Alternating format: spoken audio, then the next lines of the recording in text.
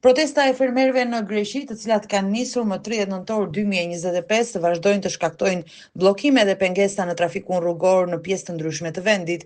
Këto protesta kanë si qëllim të kërkojnë përmirësime për sektorin e bujqësisë dhe janë shndruar në një valë masive mobilizimesh që paralizojnë disa akse kryesore rrugore.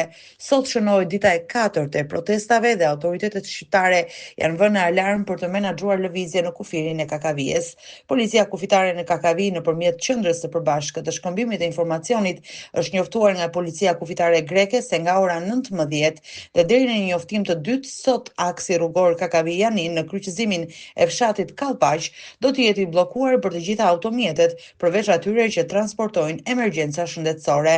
Qytetarëve dhe drejtuesve të automjeteve u kërkohet mirëkuptim dhe planifikimi i udhëtimeve në orare të tjera të ditës për të shmangur vonesat dhe shqetësimet në kufi.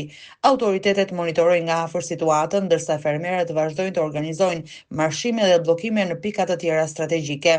Kjo është një situatë që ka ndikim të drejtë për drejtë jo vetëm në transportin e mallrave dhe udhëtarëve, por edhe në lëvizjen e përditshme mes Shqipërisë dhe Greqisë. Policia kufitare në Kakavi ka theksuar se prioritet do të jepet sigurisë dhe emergjencave shëndetësore, ndërsa udhëtarët dhe qytetarët duhet të qëndrojnë të informuar mbi zhvillimet e reja. Situata pritet të vazhdojë të monitorohet edhe gjatë ditëve në vijim, ndërsa fermerët paralajmërojnë që protesta mund të zgjasë deri në përmbushjen e kërkesave të tyre.